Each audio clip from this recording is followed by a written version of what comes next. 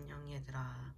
우리가 이제 지난 시간에 어디까지 했느냐 하면 우리가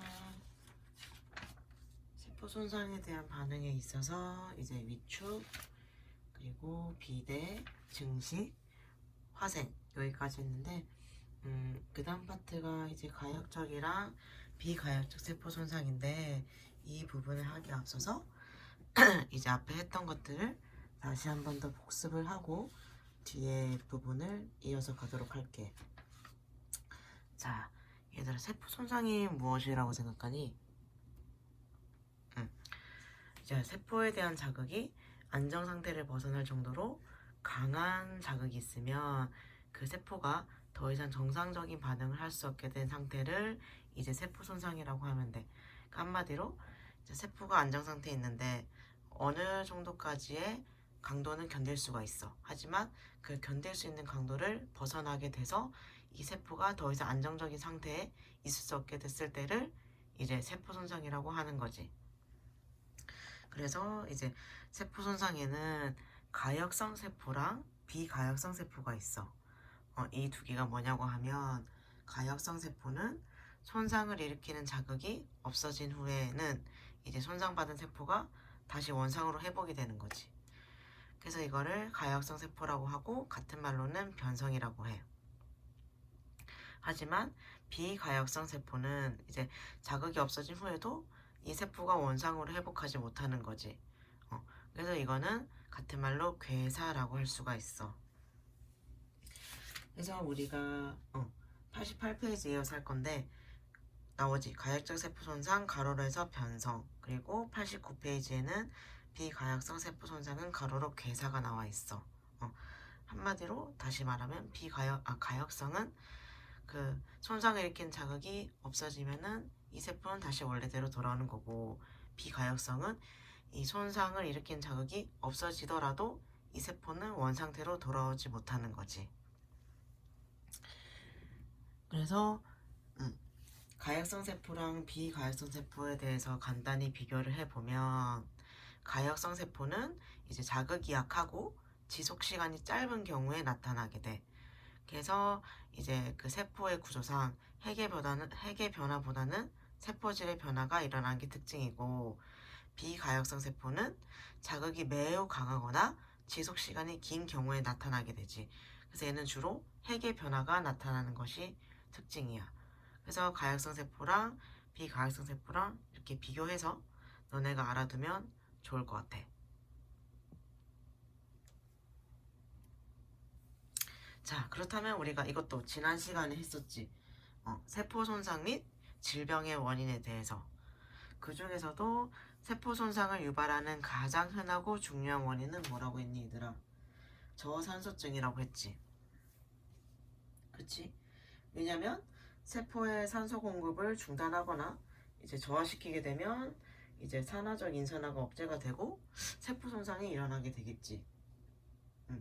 그래서 이제 죽상동맥 경화증이나 혈전에 의해서 혈액 공급이 줄어드는 허혈은 이제 저산소증의 가장 흔한 원인이 되겠지. 그리고 두 번째가 물리적 요인이 있었어.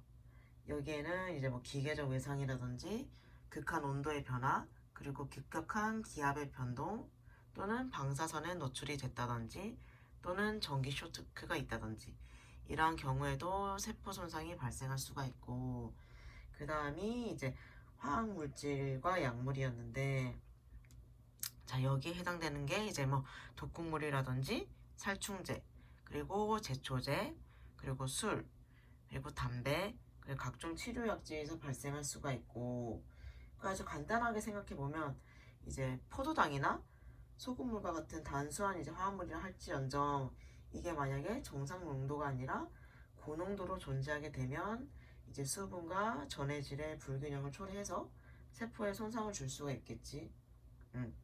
그래서 산소도 고농도에서는 강한 독성을 나타낼 수가 있어. 그리고 그 다음은 이제 감염성 요인. 여기에도 바이러스, 리케치아, 세균, 진균, 기생충이 여기에 속하는 거고, 그 다음이 이제 면역 또는 염증 반응. 예로 이제 면역 또는 염증 반응에 관련 세포나 화학적 매개 물질들과 이제 접촉함으로써 이제 여러 형태의 세포 손상을 일으킬 수가 있고, 그 다음에 유전장에도 이제 언급했었지. 다운 증후군이라든지 뭐 크라인펠터 증후군, 낫 적혈구 병같이 이제 뭐 그러한 유전적 장애에 의해서 발생할 수가 있고, 선천성 대사이사 등이 또 이거에 의해서 발생할 수가 있다. 그리고 마지막에 영양 불균형. 이거는 이제 뭐 영양 불균형으로 해서 비만이라든지 아니면 이제 비타민이 결핍됐다든지 또는 영양 결핍이 되었다든지 이러한 것에 의해서도 이제 발생을 할 수가 있다. 그래서 이렇게 7가지가 있었고, 그렇다면 우리가 했던 세포 손상에 대한 반응이 있었지, 얘들아. 여기에 뭐뭐 있었지? 위축, 비대, 증식, 화생이 있었어. 얘들아, 위축은 뭐라고 했지? 세포질의 성분이 일부 소실이 되어서 세포의 크기가 작아지는 거야. 하지만 위축된 세포의 기능은 감소하지만 죽은 상태는 아니라고 했지. 그래서 원인을 보면 책 85페이지, 86페이지도 나와 있는데, 운동량의 감소가 첫 번째로 있었지. 예를 들어서 골절을 했을 경우에 우리가 속고 보드로 고정을 하게 되지. 그래서 오랜 시간 동안 이제 부목을 하게 있으면 그 팔보다 근육이 가늘어진 경우가 여기에 속하는 거야.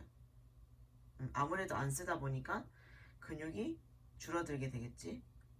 그래서 조직이나 기관을 사용하지 않아서 유발되는 위축으로 이제 무용성 위축이라고도 할 수가 있어. 그리고 그 다음이 신경 자극의 차단인데, 이거는 예를 들어서 신경이 절단됨으로 인해서 그 신경이 지배하는 근육의 위축이 초래하는 거지. 그 신경이 절단된 경우에는 그 신경이 제대로 된 역할을 할 수가 없겠지. 그래서 그 신경이 지배하는 근육에 위축이 오는 거지. 그게 신경 지배 절단에 속하게 되고, 예를 들면 이제 외상성 신경 절단과 이제 소아마비 환자에서 볼 수 있는 근육의 위축이 예로 들 수가 있어. 그 다음이 이제 혈액 공급의 감소인데, 이것은 같은 말로 허혈성 위축이라고도 할 수가 있어. 그래서 혈액 공급이 원활하지 못한 경우에 혈액 공급을 받는 장기 또는 조직에 위축이 오는 거지. 그 다음에는 이제 영양 결핍이 있는데, 이것은 영양성 위축이라고도 하고, 극도로 심한 영양 불균형 및 또는 뭐 영양 결핍 상태에서는 전신 근육의 위축이 동반될 수가 있어. 그리고 그 다음이 내분비 기능의 저하. 이것은 내분비성 위축이라고도 불릴 수가 있고, 이제 내분비 기관을 자극하는 호르몬의 생성이 감소하거나 없어지게 되면 이제 그 해당하는 내분비 기관의 위축이 일어나게 되는 거지. 그래서 예를 들게 되면 이제 뇌하수체의 기능이 감소되거나 파괴되었을 경우에는 이제 갑상샘이라든지 부신이라든지 난소 등이 이제 내분비 기관에 위축이 올 수가 있는 거지. 그리고 마지막으로는 노화가 있는데, 같은 말로 이제 노인성 위축이라고도 할 수가 있어. 노인에서는 이제 여러 단계의 위축 소견을 보이게 되는 거지. 나이가 듦에 따라 저절로. 그래서 우리 위축의 원인도 이렇게 봤었고, 그 다음으로 봐야 할 것은 비대. 비대는 이제 세포의 크기가 증가해서 장기의 크기가 증가하다는 거겠지? 하지만 수가 증가하는 것은 아니야. 단순히 세포의 크기가 증가해서 그에 따라 장기의 크기가 증가하는 거지. 그래서 여기도 생리적 비대랑 병적 비대로 나뉠 수가 있다고 했는데, 생리적 비대가 예를 들면 간단하게 이제 우리 여자가 임신 중에 자궁이 커지는 것을 예로 들 수가 있지. 평소에는 작아져 있다가 임신을 하게 되면 이제 에스트로겐의 증가되는 에스트로겐에 의해서 자궁 평혈근의 크기가 증가하는 거지. 그리고 병적 비대 예로는 이제 우리가 쉽게 접할 수 있는 고혈압 환자를 예로 들 수가 있어. 고혈압 환자의 이제 좌심실 비대가 커져 있는 상태를 예로 들 수가 있는데, 왜냐하면 이제 전신 고혈압 시에는 말초혈관까지 혈액을 내보내야 되는데 심장에서 이제 더욱 큰 힘으로 혈액을 보내야 되기 때문에 좌심실에 근육이 비대되어져 있는 거지.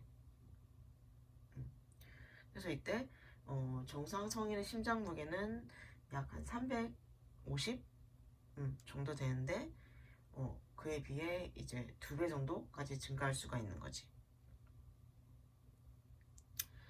그래서 여기가 비대까지였고, 이제 그 다음으로 우리가 봐야 할 것은 증식. 증식은 이제 세포 분열에 의해서 세포수가 증가하는 거지. 그래서 비대에서와 마찬가지로 얘도 장기가 커지게 돼. 그래서 얘 또한 생리적 증식이랑 병적 증식으로 나뉠 수가 있는데, 생리적 증식에도 얘 또한 이제 호르몬성 증식이 있어. 말 한마디로 호르몬 작용에 의해서 세포가 증식되는 거지. 그래서 아까 비대에서도 생리적 비대에서는 임신을 예로 들었지.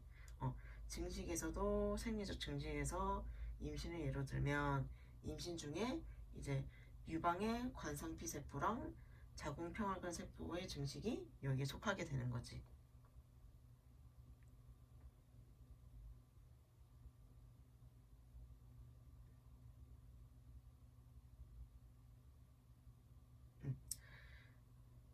그리고 병적 증식. 이 또한 마찬가지로 여기서도 이제 호르몬의 과잉 자극이나 또는 성장인자의 과잉 자극에 의해서 발생할 수가 있어. 그래서 아까 임신 중에는 에스트로겐이 증가가 돼서 자궁이 커진다고 했는데, 이 병적 증식에서 에스트로겐의 예를 들면 이제 에스트로겐이 과잉 분비가 되는 경우에는 자궁 내막이 이제 병적 증식을 일으켜서 이제 지속적인 출혈을 일으킬 수가 있어. 그래서 이 자궁 내막 증식이 증식증이 이제 에스트로겐 양이 감소하면 정상으로 되돌아오긴 하지만 에스트로겐의 자극이 중단되지 않고 지속되면은 이제 자궁 내막 증식은 더 심해져가지고 이제 자궁 내막암 종으로까지 이제 이행할 수도 있어. 그래서 여기까지가 증식에 대한 얘기였고, 그 다음이 이제 마지막으로 화생. 화생은 이제 한 종류의 성숙한 세포가 다른 종류의 성숙한 세포로 대치되는 현상인데,